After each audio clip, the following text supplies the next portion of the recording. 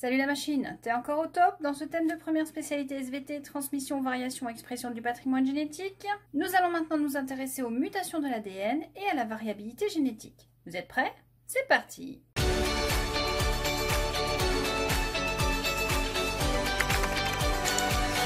L'ADN est une longue molécule constituée de deux chaînes polynucléotidiques enroulées l'une autour de l'autre. L'enchaînement des bases contenues dans les monomères nucléotidiques constitue un code responsable d'un caractère. Chaque ligne de code est appelée un gène. Lors du superenroulement de la molécule d'ADN, les gènes restent localisables sur les pelotes formées appelées chromosomes. On va les repérer par des bandes et leur attribuer un code. En temps normal, c'est-à-dire en interphase, la cellule ne possède que des molécules simples d'ADN qui sont décondensées pour qu'elle puisse les lire. Avant toute division cellulaire, la cellule réplique son ADN et le condense. Les chromosomes doubles se forment. La phase de réplication est appelée phase S pour synthèse. La réplication de l'ADN va s'effectuer grâce à plusieurs enzymes qui vont d'abord ouvrir la double hélice et ensuite copier les brins un par un. On parle de réplication semi-conservative car on va conserver un brin d'origine et un brin néoformé. Il existe deux catégories de cellules, les cellules prokaryotes qui ne possèdent pas de noyau, où l'ADN est libre dans le cytoplasme, et les cellules eucaryotes qui ont un noyau protégeant le matériel génétique. Nous allons donc observer deux catégories d'ADN polymérase qui ne vont pas synthétiser l'ADN à la même vitesse. 1000 nucléotides par seconde pour les prokaryotes et 100 nucléotides par seconde pour les eucaryotes. Cet ADN polymérase fait des erreurs. On observe en moyenne une erreur pour 100 000 nucléotides. C'est donc assez rare, mais c'est spontané. On va parler d'une mutation endogène, c'est-à-dire qui vient de l'intérieur, qui a été générée par l'intérieur de l'organisme, en l'occurrence par l'ADN polymérase. Il existe des mutations exogènes, c'est-à-dire exo-extérieures, qui sont provoquées, générées par quelque chose d'extérieur à l'organisme. On parle d'agents mutagènes. Un agent mutagène est un agent qui provoque des mutations, qui provoque donc des changements dans le codage de l'ADN. Il y a deux catégories d'agents mutagènes, des agents physiques et des agents chimiques. Les premiers agents de mutation connus chez l'homme sont les UV, les ultraviolets. Ils vont modifier la structure de l'ADN en créant par exemple ce qu'on appelle des dimères de thymine, c'est-à-dire que nous avons deux thymines qui s'accrochent ensemble et qui déforment la molécule. L'ADN polymérase ne pourra pas lire un dimère de thymine. Quand elle va progresser sur le brin à copier, elle va tomber face à deux thymines accrochées, elle ne va pas savoir quoi mettre en face puisqu'elle ne pourra pas les lire. Il va donc y avoir des bases qui vont être mises de manière aléatoire, qui ne seront pas forcément complémentaires. Nous allons donc voir une mutation apparaître. Si cette mutation est viable, elle sera conservée. Allez, petite maquette pour bien comprendre. Voyez cette molécule d'ADN, j'ai ici un dimère de thymine. J'ai deux thymines qui sont accrochées ensemble. Et vous voyez qu'en fait, la molécule est déformée. Mes deux adénines complémentaires ne peuvent pas s'accrocher aux deux thymines qui sont liées entre elles. Donc quand on va vouloir répliquer, on ouvre la molécule. L'ADN polymérase va avancer tout en synthétisant le nouveau brin.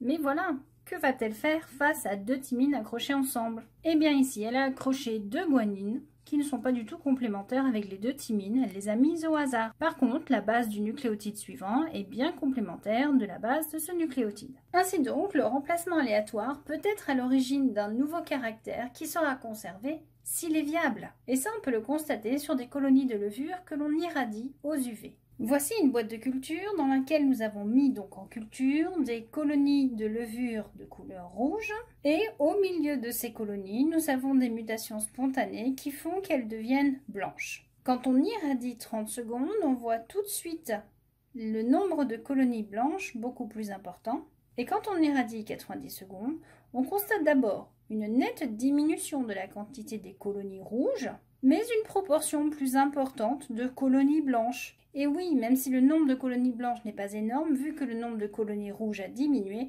le ratio, c'est-à-dire la proportion de colonies blanches sur colonies rouges, est beaucoup plus important. Donc cette expérience montre que le taux d'UV a un impact sur le taux d'erreur de l'ADN polymérase. Ainsi, vous comprendrez pourquoi vos médecins vous disent qu'il ne faut pas vous exposer trop longtemps au soleil sans protection durant l'été, car le taux d'UV est plus important et donc plus dangereux pour vos cellules de la peau.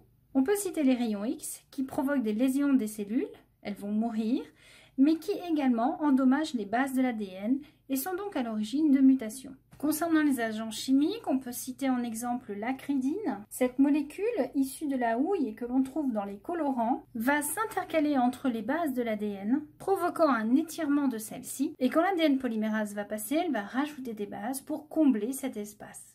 On peut citer également un autre exemple, le benzopyrène. Cette molécule assez simple va interagir avec la guanine, on dit qu'elle va la désaminer, c'est-à-dire qu'elle va modifier un groupement amine. Ce groupement-là n'est plus disponible pour effectuer une liaison puisqu'il est relié au benzopyrène. Et à ce moment-là, dans la molécule d'ADN déformée par ce benzopyrène ici qui est fixé sur une guanine, l'ADN polymérase, quand elle avancera, ne pourra pas lire une guanine. Celle-ci ne sera plus compatible avec une cytosine, mais avec une adénine. Donc l'ADN polymérase mettra en face de ce complexe une adénine au lieu de mettre une cytosine. Voici donc quelques exemples d'agents mutagènes, mais sachez que l'ADN peut aussi être modifié par des virus qui parasitent nos systèmes cellulaires et intercalent leur matériel génétique dans le nôtre. Les erreurs, qu'elles soient provoquées par des agents mutagènes ou par l'ADN polymérase lors de la réplication, elles peuvent être réparées. En effet, on constate par exemple que le taux d'erreur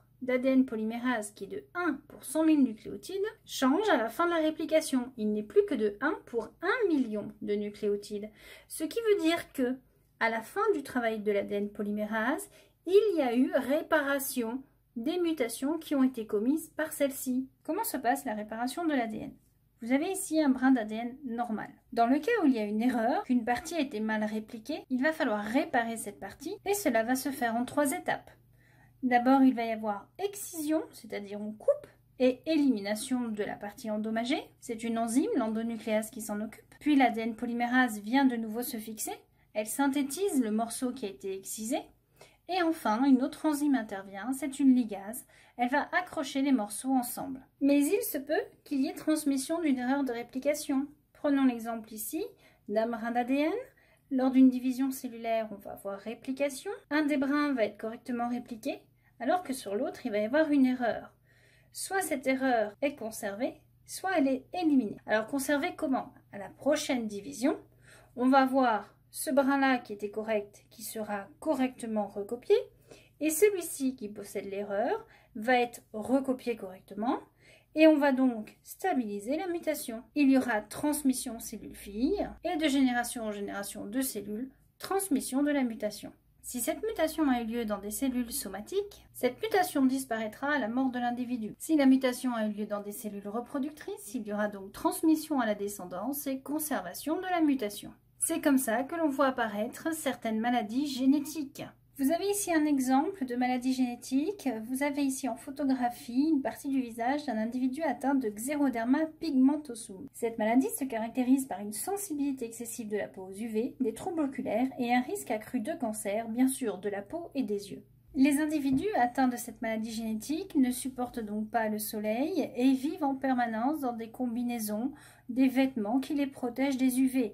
Ils vivent principalement la nuit et sortent rarement le jour. Il est possible d'étudier sous anagène les séquences des différents allèles que l'on trouve dans cette maladie génétique. Le fichier se trouve dans l'item d'étude, premier S. Vous avez ici les 4 allèles, l'allèle normal ainsi que les 3 allèles mutés. Vous sélectionnez les 4 allèles, vous faites traiter, comparer les séquences avec discontinuité et l'ordinateur va calculer pour vous les différences. La première ligne vous indique par chaque étoile une identité. Le brin de référence est celui de l'allèle normal. En déplaçant le curseur, vous pouvez constater qu'à chaque fois qu'il y a un tiret, c'est qu'il y a une identité. Sauf ici, dans l'allèle XPC3, nous avons une perte de 2 adénines en position 1137 et 1138. Cette perte décale le code. On parle de délétion. Un peu plus loin, vous pouvez constater que cette fois, il y a des nucléotides qui ont été rajoutés. Effectivement, dans le brin de référence, vous avez un trou, un espace, et 3 bases, donc 3 nucléotides, ont été rajoutés dans la version XPC2. Dans la version XPC1, vous pouvez constater la substitution d'une adénine par une cytosine. Donc le Xeroderma pigmentosum est une maladie qui est génétique, c'est-à-dire qu'elle provient d'une mutation qui a eu lieu dans les cellules reproductrices, mais on connaît des maladies qui sont dues à des mutations dans des cellules somatiques, Bien sûr, ces maladies vont disparaître à la mort de l'individu. Et l'exemple le plus connu est une mutation au niveau de la protéine P53. Cette protéine P53, elle contrôle la division cellulaire. Et en cas de lésion de l'ADN qui contrôle la fabrication de la protéine P53, on ne va plus avoir régulation de la division cellulaire et on va avoir une anarchie au niveau de la division, ce qui veut dire qu'on va avoir une multiplication des cellules et donc une tumeur. Vous l'aurez donc bien compris, l'impact des mutations n'est pas le même selon qu'elles aient lieu dans des cellules reproductrices ou dans des cellules somatiques. Donc on récapitule, les agents mutagènes vont provoquer des mutations, des changements dans le codage. Nous avons vu qu'il y a 3 possibilités de changement, soit une insertion de base, soit une substitution de base, soit une délétion de base. Vous l'aurez compris, les mutations sont donc source de diversité génétique. Il est possible de déterminer dans une famille le risque d'apparition d'un syndrome génétique lié à un allèle muté. Prenons le cas de la mucoviscidose. Mucoviscidose veut dire mucus visqueux. Cette maladie est liée à la mutation d'un gène, CFTR, localisé sur le chromosome 7. Ce gène code pour une protéine appelée CFTR qui forme un canal membranaire permettant l'excrétion, c'est-à-dire la sortie, des ions chlorure des cellules épithéliales, ce qui fluidifie le mucus. Si la protéine est mutée, les ions chlorure ne peuvent plus sortir et nous allons donc avoir un mucus épais. Cette mutation va toucher principalement les cellules du pancréas, de l'intestin, des poumons, et donc perturber le fonctionnement de ces organes. La comparaison de l'allèle sain et de l'allèle muté révèle des délétions sur le codon 508, d'où le nom de delta F508+, et delta F508-. Et le risque d'être hétérozygote, c'est-à-dire de posséder un allèle sain et un allèle muté, est de 1 sur 34 dans la population française. Revenons à notre famille et essayons de déterminer si l'allèle muté est dominant ou récessif. Dans cet arbre généalogique, nous avons 2 personnes qui sont atteintes de la maladie. Dans le cas d'Elisa, ses 2 parents ne sont pas malades. Si Elisa est malade et que ses parents ne le sont pas, cela signifie que ses parents sont hétérozygotes et cela signifie que l'allèle sain est dominant sur l'allèle muté. Elisa a une sœur, Maria, qui est enceinte, qui attend un enfant. Elle se pose la question de savoir quel est le risque pour son enfant d'être malade, c'est-à-dire d'être homozygote récessif. Pour réaliser ce calcul de risque, il va falloir déjà déterminer quel est le risque pour Clara d'être hétérozygote et quel est le risque pour John d'être hétérozygote. Bon, John, on sait, c'est 1 sur 34, il est pris au hasard dans la population. Mais Maria vient d'une famille dans laquelle il y a la mucoviscidose. Elle provient de 2 parents qui sont hétérozygotes. Nous allons donc tracer le tableau de croisement de Marc et Annie et déterminer la probabilité de Maria d'être hétérozygote. Marc et Annie sont tous les 2 hétérozygotes. Ils vont donc produire 2 catégories de gamètes, soit delta F508+ dans un ovule, soit delta F508-. C'est la même chose pour les spermatozoïdes de Marc. Il ne reste plus qu'à unir ovule et spermatozoïde et nous obtenons 4 fœtus, mais parmi ces 4 fœtus, nous avons 3 combinaisons possibles. Nous avons un fœtus sur les 4 qui est homozygote dominant. Celui-ci sera malade alors que celui-ci sera sain. Et nous avons 2 individus sur les 4 qui sont hétérozygotes, qui sont dits porteurs sains. Ils sont porteurs de l'allèle muté, mais ils sont sains, en bonne santé. Pourquoi? Parce que delta F508+ est dominant sur delta F508-. Donc, le risque à tous 2 d'être hétérozygote en même temps, il est de 2 tiers fois 1 sur 34. Le risque que Maria soit hétérozygote multiplié par le risque que John soit hétérozygote. Alors pourquoi le risque d'être hétérozygote n'est pas le même pour John et pour Maria? Maria n'est pas malade et Maria a des parents hétérozygotes. Si on reprend le tableau de croisement des parents de Maria, on sait qu'ils peuvent avoir un enfant sur 4 qui est malade et finalement 3 enfants sur 4 qui ne sont pas malades. Donc Maria fait partie des 3 possibilités d'enfants non malades et sur ces 3 possibilités, il y en a 2 qui sont hétérozygotes. Voilà pourquoi Maria a 2 possibilités sur 3 d'être hétérozygote. Maintenant, quelle est la probabilité, dans le cas où les 2 soient hétérozygotes, que leur enfant soit malade? Eh bien, nous l'avons vu, il est de 1/4. Pour être malade, il faut être homozygote récessif. À ce moment-là, le risque pour le fœtus d'être atteint de mucoviscidose, ça va être d'abord le risque que les parents soient tous les 2 hétérozygotes, multiplié par la probabilité, dans ce cas, d'avoir un enfant homozygote récessif. Ça va nous donner un résultat de 1 risque sur 204. Maintenant, si on calcule le risque pour un couple pris au hasard dans la population d'avoir un enfant malade, Il faut déjà donc calculer le risque pour ce couple d'être hétérozygote. Ça va être 1 sur 34 fois 1 sur 34.